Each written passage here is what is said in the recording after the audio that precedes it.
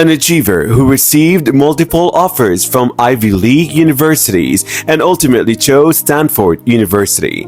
Behind his success is a journey fueled by determination, hard work, and commitment to living life to its fullest potential. The future is undeniably bright, and now we uncover his dreams and aspirations.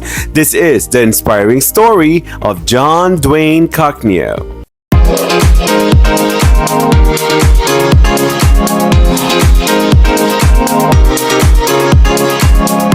In 2019, he won Little Mr. Philippines 2019, and now he's next to me 6 years after. He's about to enter college life and got accepted to Stanford University and living in 2 weeks. And I want to make sure that we have an episode tackling all his challenges to inspire our viewers, especially the new generation. Ladies and gentlemen, our Filipino Outstanding Scholar of the Year, Mr. Dwayne Cacnio. Hi everyone, thank you Kuya John for having me here. No, thank you for being with us. This episode is brought to you by Afirma Home Care LLC. Let's go ahead and greet everyone. Yeah, of course. Hi everyone, I'm Dwayne. As Kuya John mentioned, I'm going to be entering college soon. So yeah, I'm really excited about that. You know, Dwayne, 6 years went by fast.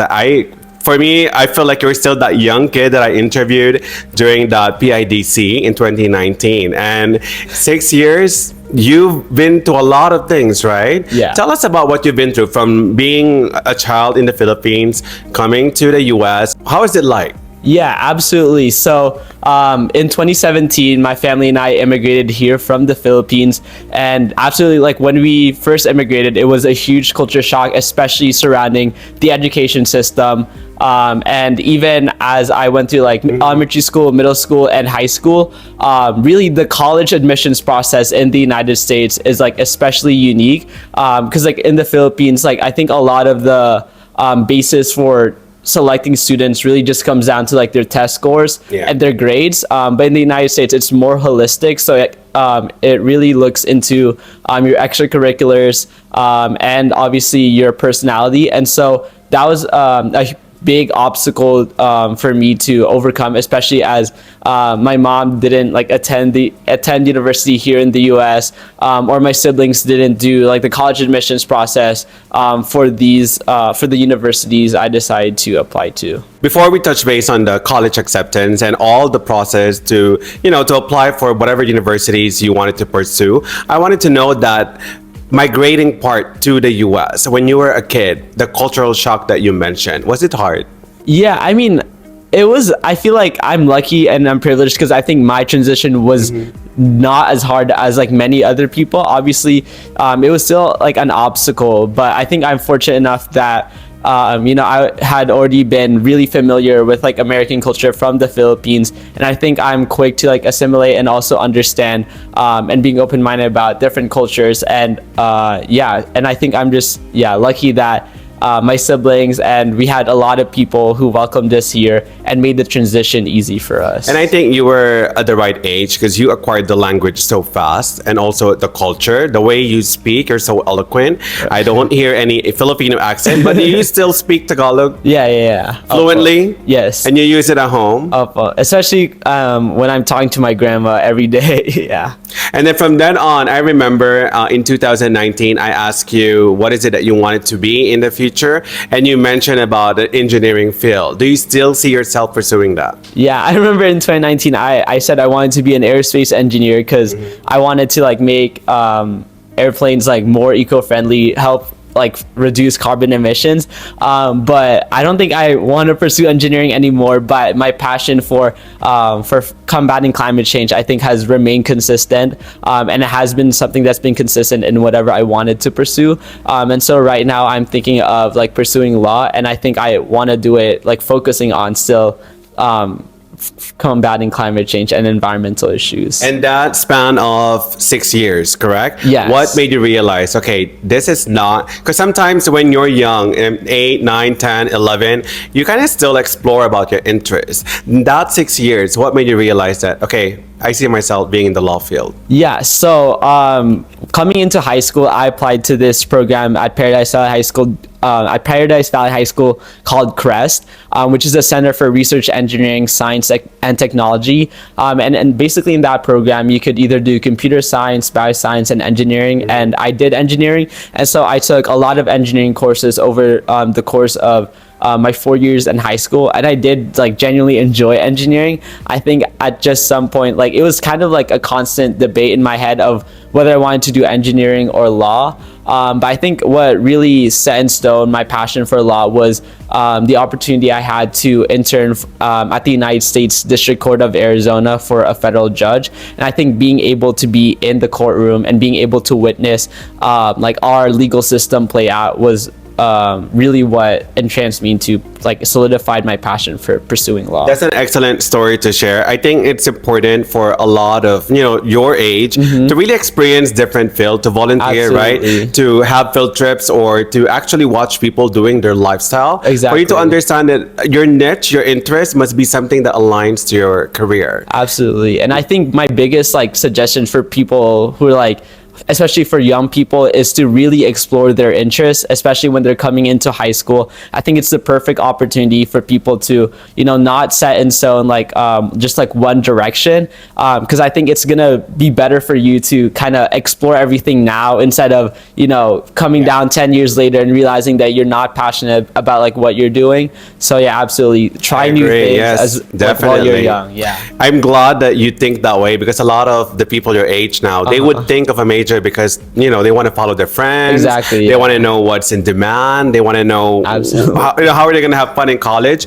Yeah. But in reality, 5 years is a long time to think and waste time. Exactly. Waste time, waste money. College is not free. Right, But in right. your case, you were accepted and you got scholarship. Yeah. And some financial assistance. Yeah. And it's not easy to do that. As an educator, I understand how it requires a lot of effort and determination, and to have that tenacity to be straight A student, to get accepted, to achieve all these goals. How did you do it? Yeah, absolutely. I think a lot of it is just like the motivation really comes from my family, especially my mom, like working so hard. I think that has inspired like me and my siblings to really like continuously, strive to excel. But I think what's also really important is like having a balance with your work and also like with your life. And so a big thing for me was really surrounding myself with like other people who were also motivated, but also people I could just like hang out with. And so like I would never be like really stressed or overwhelmed as much because I had people to rely on. And I think that's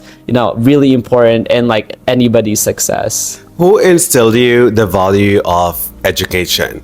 Because the way you talk, I'm getting goosebumps because I've never met anyone who has that passion to embrace the beauty of education. Who instilled you that value? Yeah, I feel like education specifically, I think both of my parents and my siblings, especially my dad growing up, I think that has probably like been the number one thing he instilled in me, was like really prioritizing the value of education. And like understanding that it's like a privilege that not everybody has, and just how it could really is like a tool to not only for social mobility, but also for me to, or like anybody to have an impact in their communities and in the world. So yeah. Wow. And what do you want to tell your mom? Your mom probably sold millions of Shomai, right, to support you. I want to tell my mom, thank you so much for obviously working hard and inspiring me to have that same work ethic. And I think absolutely with what you were mentioning about like the finances that goes behind affording college, I think what has really motivated me to really excel and ensure that, my mom doesn't have to pay for like a single cent of it. Or sell more Shomai. Yeah, or sell more Shomai, is really just being a witness, and you yourself also being a witness to the tenacity and like the hard work that she's put in to ensure that we would have like the opportunity to have like this future for ourselves where I'd be able to pursue whatever I wanted and achieve my goals. She's behind the camera right now. I'm sure Yeah, she's so she's crying. proud. And as Giselle, watching this live, she's probably crying and she's gonna keep watching this a million times. And you're a big factor of, for Dwayne achieving all these goals. Financial assistance is a big factor in college. Absolutely. Because college is not it's not similar to junior high to high school where you choose the high school you want and you get accepted everywhere. College is different. It's not for everyone. Absolutely. So besides your scholarship, you're going to have a lot of expenses outside as well. Yeah. How are you going to plan to maintain that? The outside expenses? Yes. Yeah, so I'm fortunate enough that I received the Jack Ken Cook Foundation college scholarship. So essentially what that covers is it covers the full cost of attendance of attending a 4-year university. So that means for example, Stanford would estimate that outside expenses in total would cost $10,000 per year, outside of tuition and room and board. And so all of that 10,000 Jack and Cook would cover. Mm-hmm. And so I'm fortunate enough that I don't have to worry about the outside expenses because they would just cover it. And where do you see yourself? So after 6 years, seeing you now, now where do you see yourself in 6 years from now? Yeah, so I think in 6 or 7 years, I think I want to pursue law school. Mm-hmm. But I think right before law school, I want to explore a career where I just want to make sure I want to be doing something where I'm serving others, where it's I'm focusing on public service, whether that be, being working as a paralegal for low income and underserved communities, or right now I'm thinking of also pursuing government consulting, especially focusing on social welfare programs. But yeah, I think I do want to in 6 years probably start my journey in law school, probably pursuing constitutional or environmental law, because I really do want to work behind making an impact in those fields and helping protect people's civil rights, or helping protect the environment and such. I'm also wondering, because you got accepted when we reviewed your application to be one of the outstanding Filipino awardee. I learned that you got accepted not only at Stanford but to several Ivy League. Why Stanford? Yeah, absolutely. So as I mentioned, I think it is important to really explore these different fields and not solidifying yourself into just one field. And so the other top options for me, I think it came down to MIT, Yale, and Stanford. But I think Stanford, out of any school, really, I think if you just look at academic, the academic education that they would provide you, the quality, I think it is pretty equal, especially at that level, between all of those schools. They would have all provided me with the same financial aid, covered all of my tuition. And so I think it came down to focusing on which kind of fields they really excel in. And in my opinion, I think Stanford, for example, Yale really excels in law, humanities, and then MIT really excels in tech and engineering. And what is really unique about Stanford to me is that they excel in all of those fields. They don't really just specialize in STEM or humanities. Mm-hmm. I think they put a lot of emphasis in people being able to combine these fields. And so I think for me that was really important, because I still have a lot of STEM interests. So I think I still want to major in maybe try data science, computer science, or environmental science. And so I think that is also, and also the weather doesn't hurt. I think Stanford has the best weather and the best campus. Oh, definitely. It's not too far from us, right? Yeah, absolutely. It's only an hour and a half drive. But yeah, no, I was not ready for the New England snowy winters yet. That's good. I think it's a skill to research what you want and what fits your interest, right? Absolutely. Now, I have an intriguing question. I don't know if this is intriguing, but my generation, we did not have all this technology that you have in your generation. Yeah. And I'm from the early 2000s. Mm-hmm. During my college days, we had to go to the library, find books, get all the resources that we could. We did not have anything in our hands. Right. Basically, we need to look for and search for information manually. Doing papers was all, hard books and going to the library and borrowing them and taking them to our dorms. Now that with our technology today, in your generation, we have all this AI. Right. Do you think that's advantageous? I think AI is absolutely something that has a lot of potential in helping people, but also I think it is something that should be really regulated, especially when you look at its effects on academia. Yeah, absolutely. And how it raises concerns of people, plagiarism and as you mentioned, like people not being able to really like put in like their actual like their own voice into things. But I think AI has a lot of really positive implications that I think are sometimes like overshadowed by its negative implications. So I think really, especially with I think a lot of, especially in the education system, I think we need to put a lot of emphasis on like further understanding how AI can be used by students, because I think it's absolutely something that's going to continue to be part of our daily lives, especially in the coming years. So I think instead of like avoiding it, we find ways to integrate it within our education system, finding ways and avenues for students to like learn how to properly and effectively use it without using it like for like Without negative affecting ways. I think you're right. It depends to the person. It depends to the user. I mean, Yeah. you don't want AI to be the one to do everything for you, that you Right. lose the skill and the knowledge that you need to Exactly. be successful in whatever profession. I mean, you don't want to pass college and plagiarize all your Yeah, work yeah. and not be able to have that efficacy in your field, right? Absolutely. And I like your perspective about that. What do you want to tell the people in your age, your generation, regarding education, regarding, their aspirations, how they can pursue the things that they want to pursue in their lives? What do you want to advise them?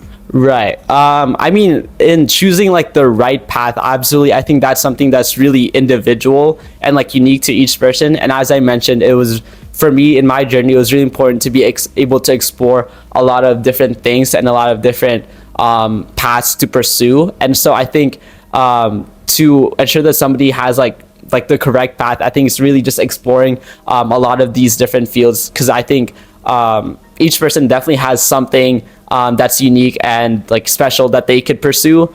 And so yeah, I think just making sure that they explore everything and being set, and then if once you find that thing, being able to set your mind to really being able to like put your everything into it. And so I think that's really important. All right. Dwayne, you're very academic. Do you think, in your own perspective, that a successful person must have an educational background or an educational degree?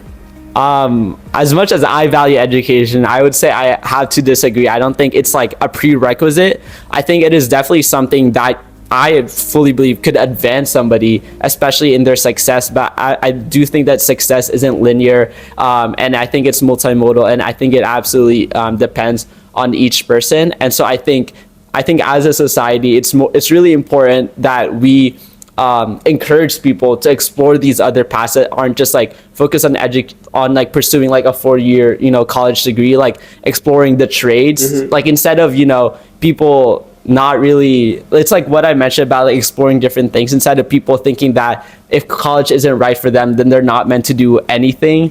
But if they, for example, find out that they are meant to like go into like a lot of these trade works, like a lot of like maybe it's like masonry, HVAC, or like hairstyling, a lot of these fields, I think as a society we kind of like look down on. But I think these are fields that I think it's better for people to pursue rather than going down the wrong path, like going through vices and stuff like that. So I think it's really important that as a society we kind of delineate from that narrative that you need to go to university, like that's the only way to be successful Or to be respected, right? Or And look at respected, all yeah. profession equally, because they do Exactly. contribute to the society. Yeah. You know what? If I have to grade your answers right now as an educator, I can't think of giving you any score but an A+++. Yeah. Now, Dwayne, what challenges have you faced pursuing or achieving all your dreams at the moment? Yeah, I mean, I think Because you sound wow. Is there anything that he probably made a mistake, or maybe he struggled, or was it Yeah. all just perfect through the years? No, absolutely not. I think a lot of people who kind of try to like really go into these like get accepted into these like selective universities, I think it's like definitely a lot of work. And I think a lot of times I've been like really overwhelmed by the workload, having to take like 7 AP classes per year, while balancing like working outside of school and a lot of the different extracurriculars. I think I've definitely found myself just like really overwhelmed. Like a lot of my family have seen me like sleep in our in like our dining room table like while doing work, and obviously I don't like approve of that. I don't condone that behavior, and it's like I don't think it was healthy. But yeah, absolutely, I think there was a time where I was like struggling with like balancing everything out, and making sure that I still had like enough time to like sleep.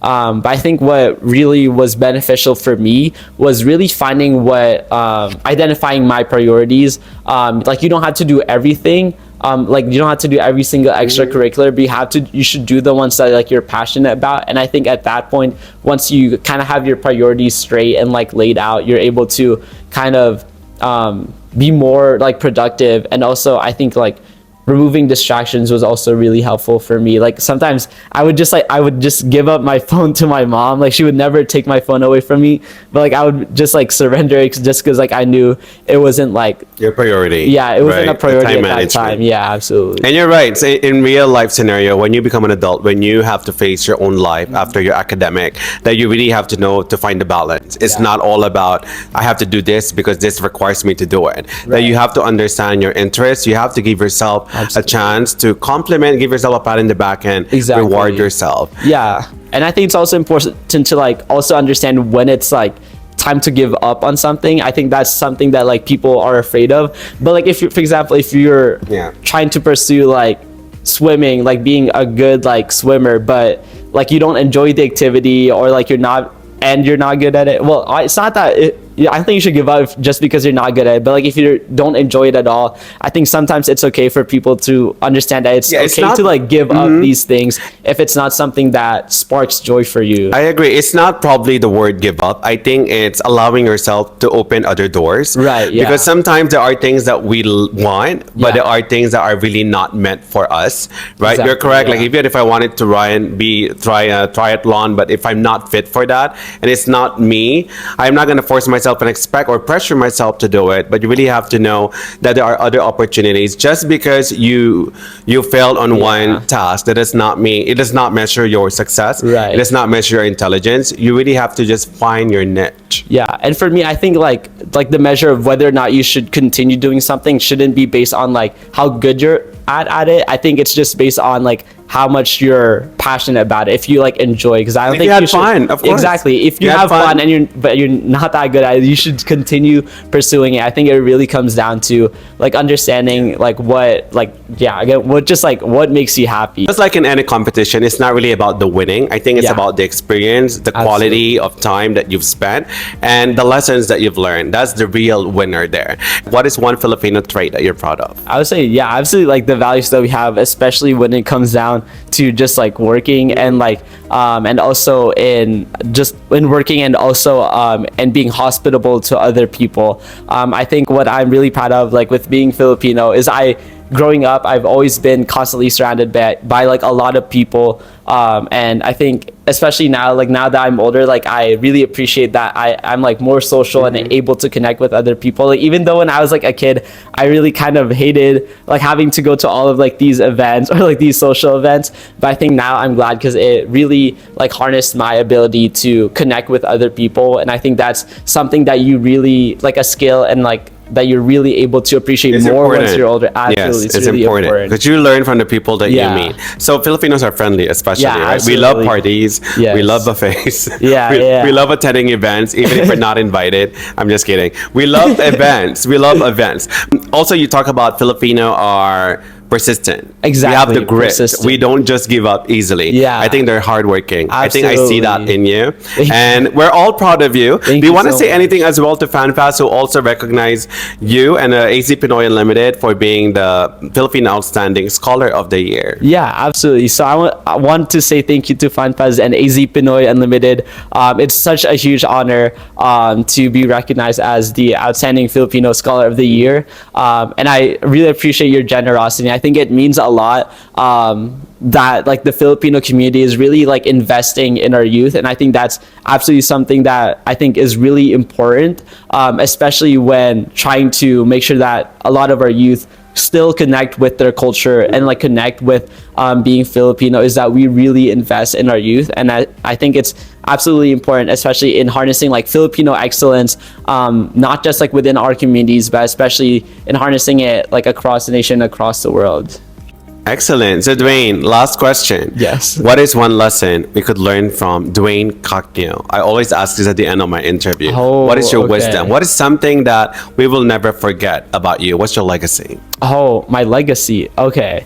I think a lot of it, I think the biggest lesson I have to share is really, again, I think it's kind of been an overarching theme of like this interview is really just like persistence and finding your direction and not being afraid of like exploring new things. I think it's really important to like in like succeeding and also being like fulfilling like in your life is to really seek discomfort, finding things that like make you uncomfortable, like pursuing things that you might be afraid of initially, but being able to overcome those things or being able to explore new things, especially when obstacles come, you're more prepared to really navigate them, like able to lead with like a calm, cool, and collected mind. And so I think it's really important for people to be able to explore different pathways and not be afraid, and not feel like that they should be kind of engaged into this like only linear pathway, and really exploring what inspires them. I love that. Explore. The sky is the limit. Forget about what people have to expect from you. Absolutely. Do the things that you love. Do the things that you want. And that's what I'm hearing from you. Yeah. Thank you so much. Continue to be unlimited. Thank you so Continue much. to be inspiring. Continue to be a role model to your peers. And we are so proud of you. Not just me. I'm sure your mom, the entire community of Arizona, and the people who are watching this video right now. I hope you get some inspiration for Dwayne. And we cannot wait to see you in 6 and 10 years. One day, we're going to be so proud, and maybe we could redo this interview and go back and reminisce all the things that you've said at your age. But I have no doubt that you'll be a successful individual in the future. Thank you so much. Thank you so much for having me. watching, guys. This is John Saavedra, again, Mr. Dwayne Cacnio, our future lawyer. Thank you for watching. This is The Unlimited.